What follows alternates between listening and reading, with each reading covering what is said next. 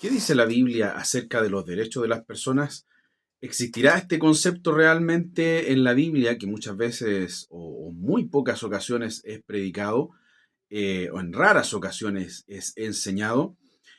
¿Tendrá que decir algo la palabra de Dios respecto de los derechos de las personas? Por supuesto. La Biblia habla acerca de los derechos de los pobres, de los derechos de los trabajadores, de los derechos de los huérfanos, de los extranjeros y de las viudas. Curiosamente no habla de los derechos de los ricos, como a muchos les gustaría creer, a muchos les gustaría pensar. No, solamente aparecen en la palabra de Dios, desde los días de la ley, pasando por los días de los reyes y los profetas, incluso llegando hasta el Nuevo Testamento. Lamentablemente este es un tema que muy pocas veces he escuchado, si es que no nunca, en algunas congregaciones. Por supuesto, yo no soy omnipresente, ¿cierto? Seguramente habrá alguna congregación que lo mencione, que predique de esto, pero resulta que estos son temas muy claros en la Biblia, muy contundentes, que aparecen muchos versículos y muchos pasajes bíblicos que hablan acerca de esto.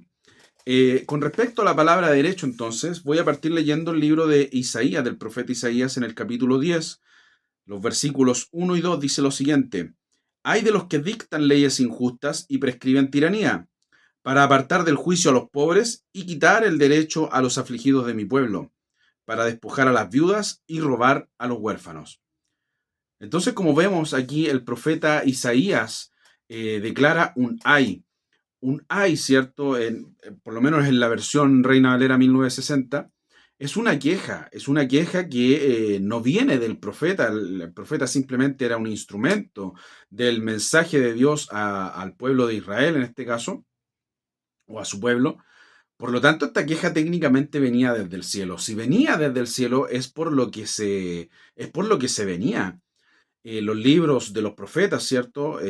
Cuyas historias se entrelazan con las historias de los reyes, finalmente tienen un desenlace trágico en los días del rey Nabucodonosor, cuando éste llega de Babilonia y destruye, y lo dice claramente el libro de Jeremías, destruye las casas de los príncipes, mata al pueblo, ¿cierto? Y a los príncipes, a los que tenían dinero, a los sacerdotes, y a los gobernadores se los lleva de esclavos a Babilonia. Entonces, ese fue el resultado de todas estas quejas y de todas estas advertencias que en algún momento los profetas de Dios le dijeron al pueblo. Por lo tanto, no es una cuestión alegórica. Este tipo de quejas, este tipo de demandas de parte de los profetas no es una cuestión simbólica ni tampoco espiritual. O sea, realmente pasó. Los profetas lo predicaron, ¿cierto? Lo señalaron, lo denunciaron y finalmente sucedió a pesar de que pasaron tal vez 100, 200, hasta 300 años. Me explico, pero finalmente sucedió y cuando pasó fue terrible, o sea, no fue algo menor. Entonces, una de esas quejas está en el libro del profeta Isaías, como acabamos de leer, eh, y habla acerca de aquellos, o habla contra aquellos que dictaminaban leyes injustas para apartar del juicio a los pobres y para quitar el derecho a los afligidos de mi pueblo. Y habla de pobres y habla de afligidos.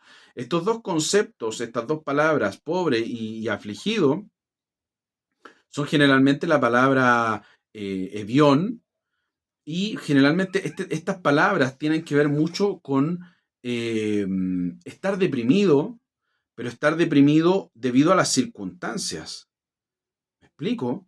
Es una depresión, es un estado mental de tristeza que tiene que ver por las circunstancias que lo rodean. Entonces había un sistema, lo que está denunciando en el fondo es que hay un sistema de opresión que se ejecutaba a través de leyes, es decir, los que estaban encargados de hacer las leyes, ¿cierto? Los políticos, hoy en día sería aplicable a ellos, ¿cierto? Los que estaban encargados de hacer las leyes hacían leyes para quitarle los derechos a los pobres.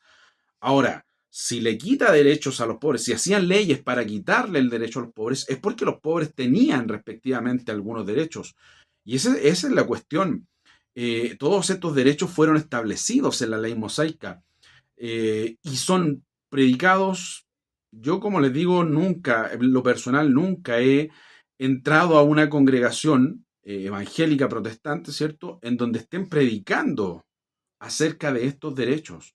Mucha gente cree que todo el Antiguo Testamento, ¿cierto? Hasta el Evangelio de Jesús, es parte de la ley, pero no, la ley llegó hasta los días de Josué.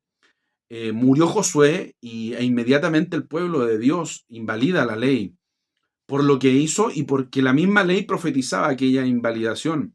Por lo tanto, los días de los reyes, ¿cierto? Hasta Nabucodonosor, que son también los días de los profetas, por esa razón Dios comienza a levantar profetas, son días en donde la ley estaba, la ley como norma, no como profecía, pero sí como norma, estaba invalidada, había sido invalidada, y eso aparece en el capítulo 2 del libro de los jueces. Pero ese ya es tema para otro video. El punto es que en la ley entonces aparecían todos estos derechos. El primero y más importante, ¿cierto? Yo solamente rescaté un par de versículos, destaqué un par de versículos de estos derechos. Uno de los más importantes, a mi juicio, es el derecho a no ser oprimido. Y esto aparece primeramente en el libro de Levíticos, capítulo 19, versículo 13, y dice lo siguiente: no oprimirás a tu prójimo ni le robarás. No retendrás el salario del jornalero en tu casa hasta la mañana. Ya. En la versión Reina Valera dice: no oprimirás a tu prójimo, coma, no le robarás, punto. Pero resulta que en el texto original, ¿cierto? En el hebreo bíblico no existe este punto. Por lo tanto, el robo se entiende como justamente el hecho de no pagarle el salario al trabajador. Eso es un robo. ¿Me explico? Y ese es el problema con las traducciones bíblicas, que muchas veces ponen el punto para tratar de dirigir el significado o lo que los traductores quieren que eso se diga, ¿cierto?, acerca de un versículo bíblico. Y muchas veces eso estorba el verdadero significado de los versículos bíblicos. Por lo tanto, aquí dice: no oprimirás a tu prójimo, ni le robarás, ni retendrás el salario del jornalero. Son tres cosas juntas: no oprimir, no robar, no retener el salario del jornalero. En la ley mosaica el salario se pagaba diariamente. Por lo tanto, si se dejaba de pagar un día, ese día el jornalero no tenía para comer. ¿Me explico? Entonces, eso era un robo y eso era opresión. Por lo tanto, ¿cierto? El hecho de no pagar el sueldo, de cometer esta injusticia, era justamente una opresión. La misma idea se repite en el libro de Deuteronomio, capítulo 24, versículo 14. 24, versículo 14 dice lo siguiente: no oprimirás al jornalero pobre y menesteroso, ya sea de tus hermanos o de los extranjeros que habitan dentro de tus ciudades. En su día le darás su jornal y no se pondrá el sol sin dárselo, pues es pobre y con él sustenta su vida, para que no clame contra ti a Jehová y sea en ti pecado. Ojo con esta última parte. Estaba prohibido, ¿cierto?, retener el sueldo del trabajador con el fin de que él no clamara a Dios y sea en el patrón, sea hallado esto como pecado. Esto se repite específicamente, aparece nuevamente en el Nuevo Testamento. ¿Me explico? Porque, insisto, muchas veces la gente cree que porque esto es ley ya no se tiene que hacer, pero resulta que muchos de estos pasajes bíblicos, sobre todo estos mandamientos que tienen que ver con el prójimo y que afectan directamente a la sociedad y que por lo tanto son temas sociales, son mandamientos sociales, por decirlo de alguna manera, finalmente se repiten en el Antiguo Testamento. El problema es que la gente no lee la ley porque cree que la ley ya no corre, no existe, qué sé yo. Sí, en efecto, algunos de los mandamientos no corren, pero estos mandamientos, específicamente este tema de no pagarle el sueldo y que por lo tanto eso es opresión, de no pagarle el sueldo al pobre, al jornalero, ¿cierto? Y que por lo tanto eso es opresión, ese tema se vuelve a repetir en el Antiguo Testamento. Por lo tanto debemos poner mayor atención. Y en los días de la ley, ¿cierto?, estaba prohibido esto. Luego en los días de los profetas, esto se hizo una realidad, es decir, existía una opresión, existían mandamientos, existían situaciones en donde no se les pagaba el sueldo, como lo decía el libro de Isaías, escribían leyes para quitarles estos derechos a los pobres. ¿Me explico, no? No existe un profeta que haya mencionado el derecho de los ricos. como a muchos les gustaría creer. No existe eso en la Biblia. No, porque los ricos ya tenían el dinero, por ende ya tenían el poder. Entregarles derechos más encima sería realmente un abuso de poder. ¿Me explico? Por eso no existe el derecho de los ricos en la Biblia, pero sí existe el derecho de los pobres, porque son los pobres los que necesitaban una protección social contra el abuso de los ricos. Entonces, con respecto a esto, el profeta Jeremías tiene algo que decir, ¿cierto? Respecto de la explotación laboral, porque aquí lo dice la ley, no oprimirás al pobre, y la opresión significa justamente pagarle el sueldo en el día. ¿Me explico? Pagarle el sueldo al extranjero. Entonces el profeta Jeremías en el capítulo 22, versículo 3 dice lo siguiente: Así ha dicho Jehová, haced juicio y justicia y librad al oprimido de la mano del opresor. No os engañéis, ni robéis al extranjero, ni al huérfano, ni a la viuda, ni derraméis sangre inocente en este lugar. ¿Me explico, no?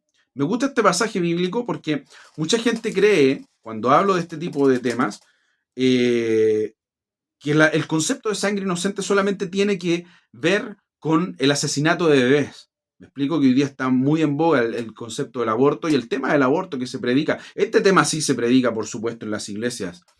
Eh, Sin embargo, el concepto de sangre inocente es un concepto abierto, no es específico.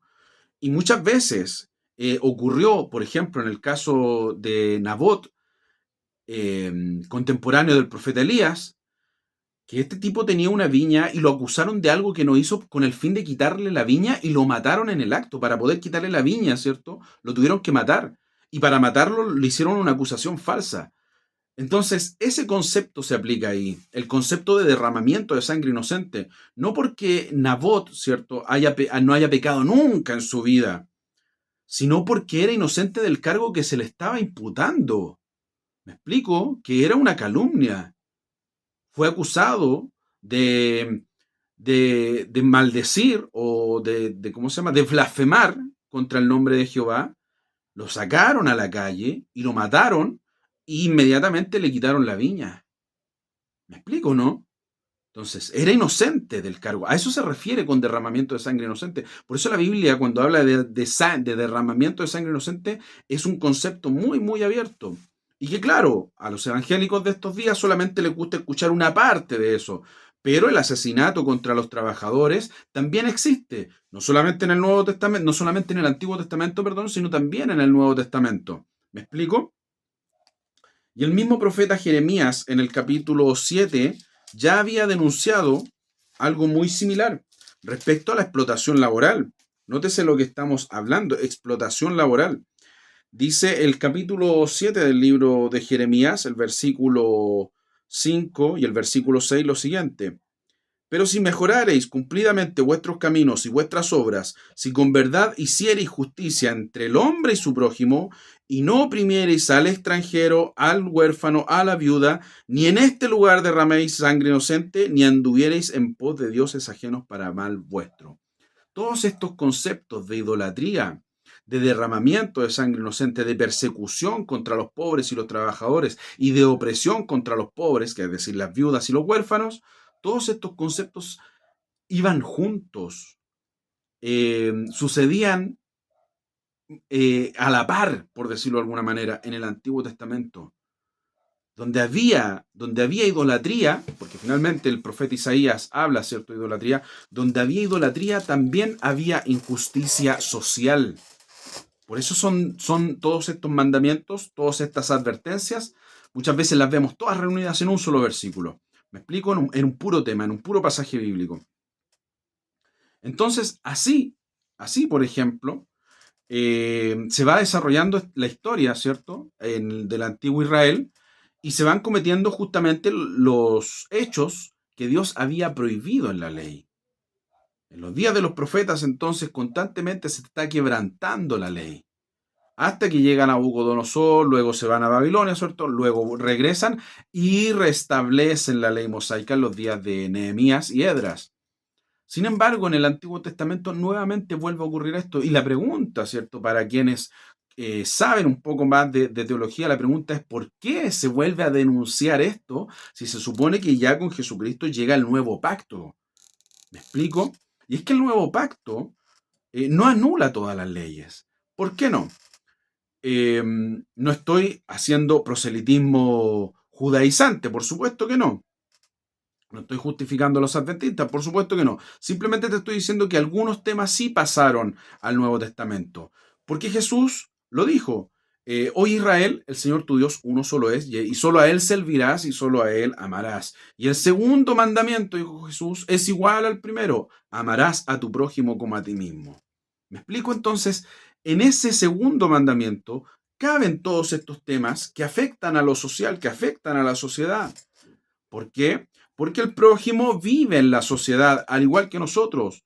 Es decir, ningún ser humano vive uno en una isla individualmente. No, vivimos en una sociedad. Por lo tanto, al hablar de cuidar al prójimo, ¿cierto? Eso inevitablemente afecta, termina por afectar a la sociedad. Por lo tanto, amar al prójimo implica, ¿cierto?, que esto afecta a la sociedad, porque todos mis prójimos, también yo, vivimos en una sociedad. ¿Me explico? La pregunta es cómo amamos al prójimo. Y eso es lo que a muchos no les gusta responder. ¿Por qué? Porque el apóstol Juan, en su primera carta, es específico y claro. El que tiene bienes en este mundo, dice el capítulo 3 de la primera carta de Juan, el que tiene bienes en este mundo y ve que su hermano tiene necesidad, pero cierra contra él su corazón, ¿cómo puede morar el amor de Dios en él? Es decir, Juan señala claramente que el mandamiento de amor al prójimo es la misericordia y en cuanto a dinero, la piedad y en cuanto a ayuda económica. ¿Me explico? Y eso es justamente lo que reclama Jesús a los fariseos. Limpian, ¿cierto? Limpian por dentro, están limpios por fuera, pero por dentro están sucios. Límpiense también por dentro, les dice en el Evangelio de Lucas a los fariseos. Límpiense haciendo misericordia. Y eso se lo dice Jesús a los fariseos en el libro de Lucas, en el Evangelio de Lucas. ¿Me explico? Entonces, existe una manera solamente de amar al prójimo y es a través de la obra social. Se llama obra social, ¿cierto? Porque afecta a la sociedad, porque el prójimo vive en la sociedad. Por eso el apóstol Pablo señala diciendo que si yo no robo, es justamente para no afectar a mi prójimo. Si yo no adultero, es justamente porque amo a mi prójimo. Si yo no miento, es porque amo a mi prójimo. Porque a Dios podemos engañarnos a nosotros mismos creyendo que le estamos mintiendo, creyendo que Él está creyendo en nuestra mentira, pero Dios finalmente sabe la verdad. Los que sí pueden ser engañados somos nosotros, los seres humanos. Por lo tanto, todos los mandamientos de amor al prójimo justamente afectan a la sociedad y eso está vigente también en el nuevo pacto. Por eso les mencionaba, ¿cierto?, que no todos los mandamientos de la ley mosaica quedaron anulados en el nuevo pacto, sino que simplemente los mandamientos sacerdotales y los que tenían que ver con los sacrificios y todo eso. Bien, existe entonces un apóstol que hace una denuncia muy clara, porque a alguien le puede parecer esto clasista, ¿cierto?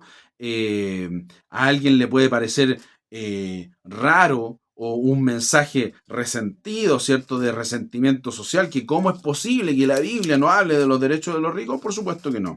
Por el contrario, existen muchas condenas contra los ricos. Y esta es una de ellas. Dice el apóstol Santiago en el capítulo 5 que probablemente este es un pasaje bíblico que jamás vayan a leer en muchas iglesias. El capítulo 5 del versículo 6 al 7 dice lo siguiente: Vamos ahora, ricos, llorad y aullad por las miserias que os vendrán. ¿Me explico? Es el mismo sentimiento que tenía el profeta Isaías. ¡Ay de ustedes! ¡Ay de ustedes! ¿Por qué? Porque ahora lo están pasando bien, por decirlo de alguna manera. Ahora lo están pasando bien. Pero ya les va a caer el juicio de Dios sobre su cabeza. Eso es lo que está diciendo el apóstol Santiago. Llorad y aullad por las miserias que os vendrán. Y le está diciendo a los ricos, no a los pobres, a los ricos. Vamos ahora, ricos, llorad y aullad por las miserias que os vendrán. Vuestras riquezas están podridas y vuestras ropas están comidas de polilla. Vuestro oro y plata están enmohecidos y su moho testificará contra vosotros. ¿Qué significa esto?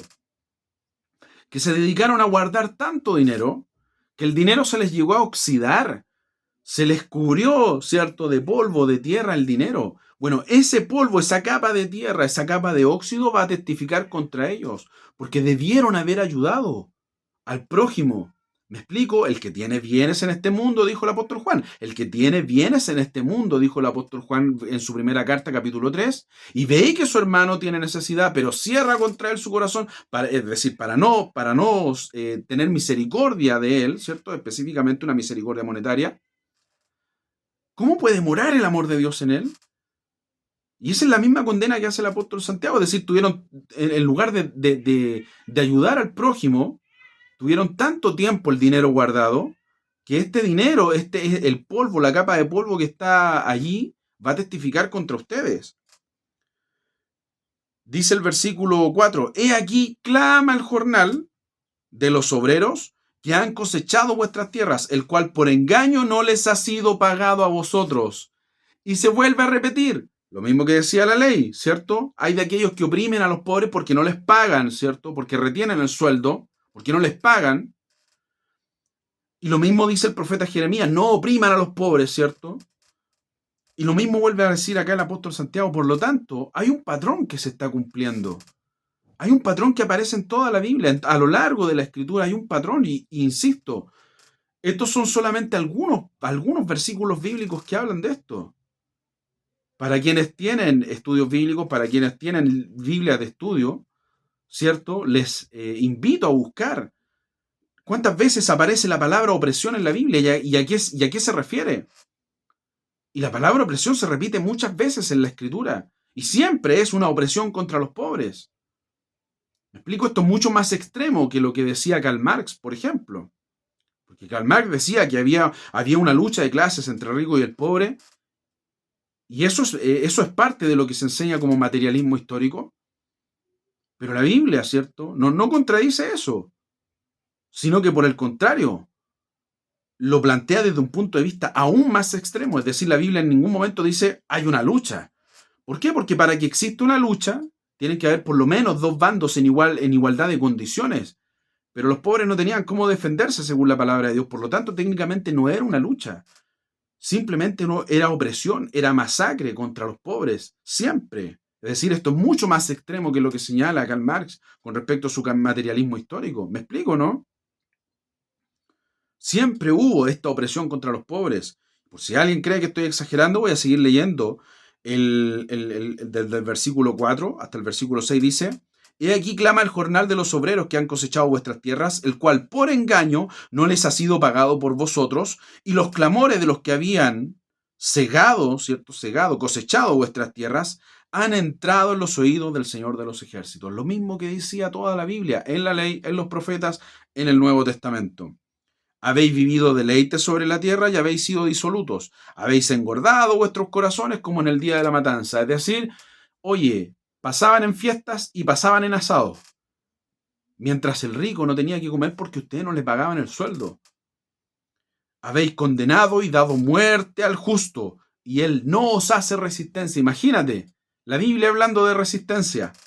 Resistencia social, por supuesto. Porque está diciendo que el pobre ni siquiera les hizo resistencia, es decir, ni siquiera se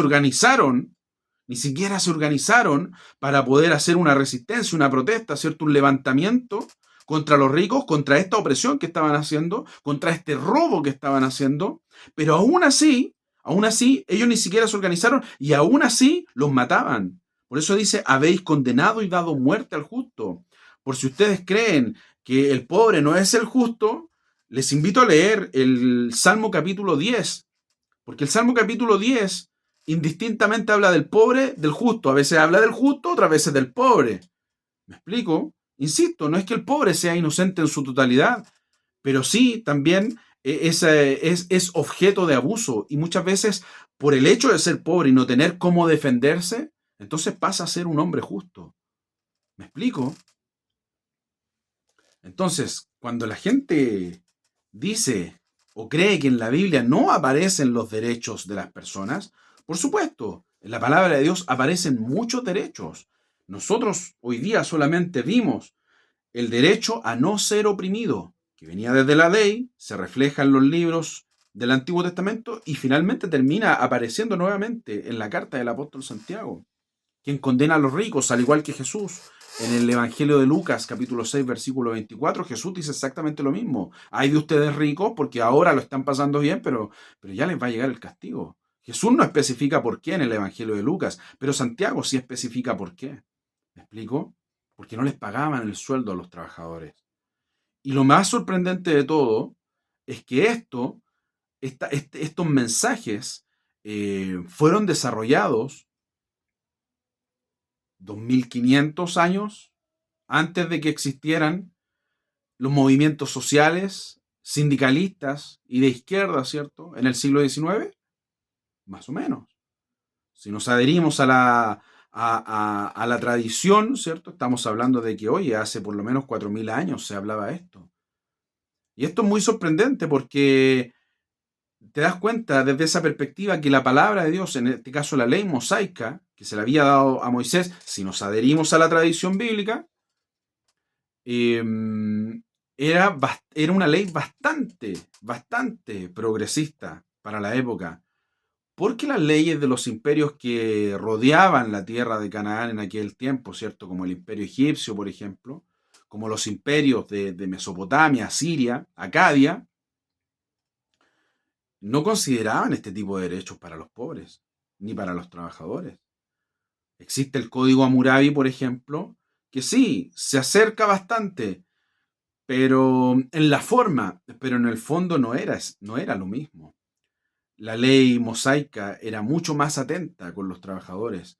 Insisto, nosotros hoy día vimos solamente el derecho a no ser oprimido, pero también está el derecho a obtener un juicio justo, el derecho a un sueldo justo, que eso va de la mano con lo que ya vimos, el derecho a rastrojo, por ejemplo, el derecho a descanso, el derecho a un finiquito, es decir, a recibir una retribución luego de terminar tu faena, ¿cierto? Eso aparece en la Biblia y estos temas aparecieron en la sociedad occidental recién en el siglo XIX, con los movimientos sindicalistas, qué sé yo. Pero la Biblia ya los hablaba hace más de 2500 años atrás. Entonces, cuando la gente pregunte, ¿cierto?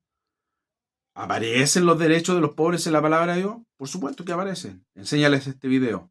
Comparte entonces si te gustó el video, dale un like.